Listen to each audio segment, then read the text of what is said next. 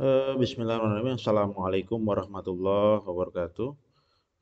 Kembali bertemu dengan saya Beki Nantan dalam obrolan soal sadar finansial. Kali ini saya akan cerita tentang level-level keuangan. Ini memang lebih tepatnya untuk eh, apa ya? Ya untuk semua sih sebenarnya. Tapi kalau ini untuk manajemen keuangan keluarga bisa kita pakai. Jadi kawan-kawan hari ini yang punya penghasilan relatif tetap misalnya, nah itu bisa mulai membuat perencanaan, dimulai dari mengetahui berada di mana sebenarnya posisi level dari keuangan kita. Secara umum sebenarnya level keuangan itu terdiri menjadi 4.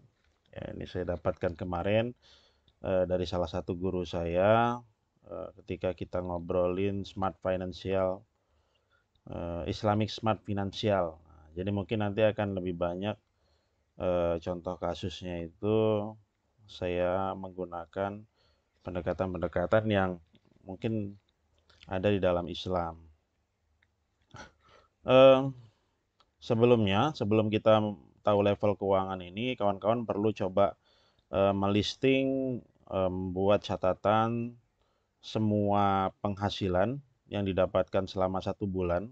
Berapa totalnya? Kalau memang dari cuma punya satu, maka nanti ya udah pendapatan cuma satu, penghasilan cuma satu.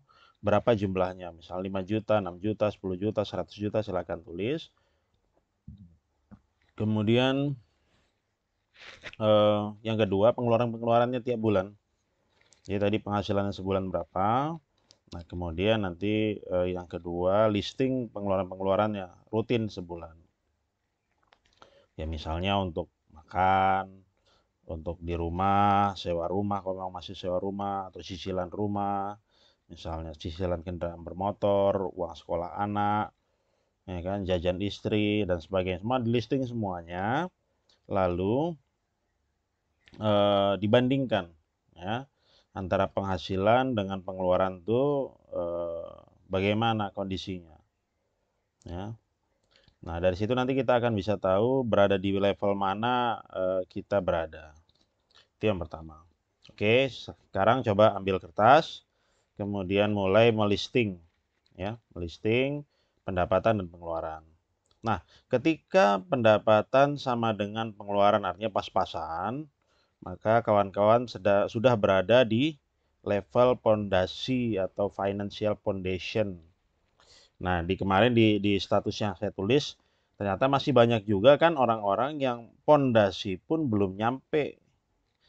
Artinya mereka masih pengeluaran tetap lebih besar daripada penghasilan. Kok bisa bertahan hidup bang? Nah itulah nggak tahu. Memang rezeki dari Allah itu nggak tahu kita. Kalau dihitung-hitung nggak cukup, tapi ternyata kok lewat. Nah itulah dia ya. Nah, itulah dia memang rahasia Allah. Nah, tapi ini untuk memudahkan kita saja sih, memetakan penghasilan kita berapa, pengeluaran kita berapa, dan apa yang harus kita lakukan. Nah ini yang pertama. Jadi financial foundation.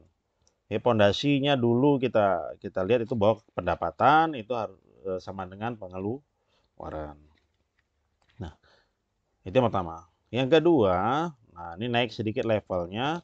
Nanti ketika kawan-kawan sudah masuk ke financial security, ya aman lah, secure lah. Nah, jadi financial security itu gimana?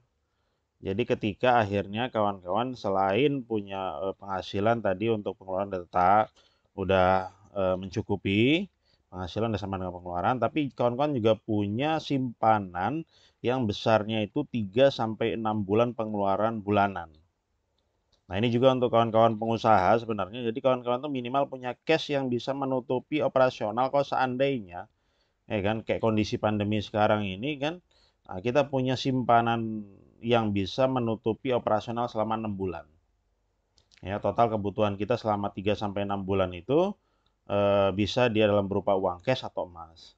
Nah, kalau kita sebagai seorang muslim atau kalau kawan-kawan sudah mulai sadar mengenai inflasi, maka sebaiknya jangan menyimpan dalam bentuk uang cash saja. Ya, tapi juga mulai mengkonversi cashnya tadi itu menjadi emas. Berapa emasnya? Nah, kalau kita di dalam Islam, targetnya itu seperti saya katakan kemarin, targetnya itu kita punya minimal 85 gram emas. Tujuannya apa? Agar kita juga tergolong orang-orang yang akhirnya bisa membayar zakat, ya kan? Nah, jadi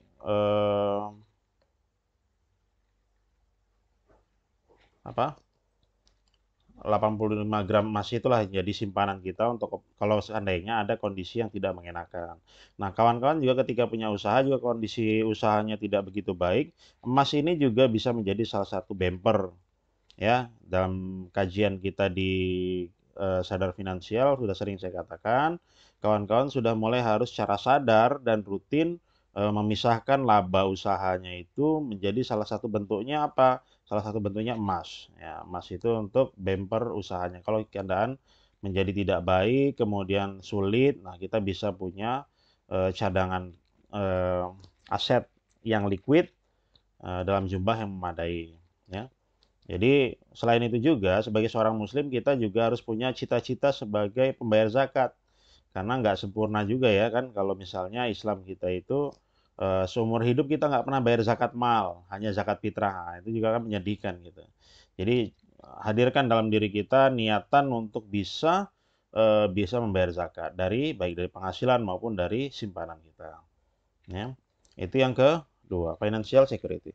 Yang ketiga adalah financial flexibility. Nah, jadi kondisi ini tercapai ketika tadi penghasilan sudah bisa untuk menutupi semua pengeluaran, punya simpanan yang jumlahnya 85 gram emas atau yang bisa menutupi operasional selama 6 bulan, plus kita sudah mulai belajar untuk menjadi seorang investor.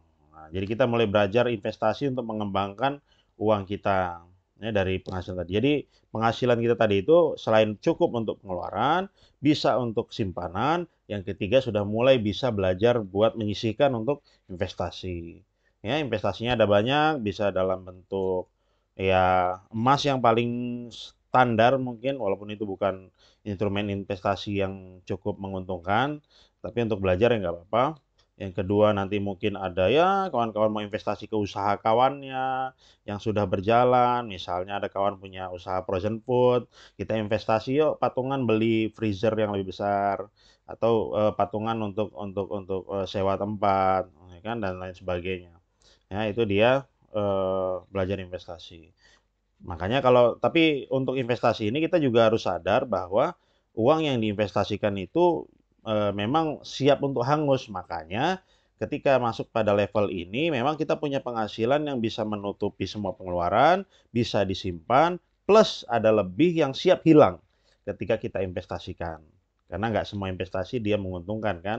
Ya siap-siap aja lah kalau mau jadi investor itu memang siap hilang. Ya, seperti itu. Itu yang ketiga.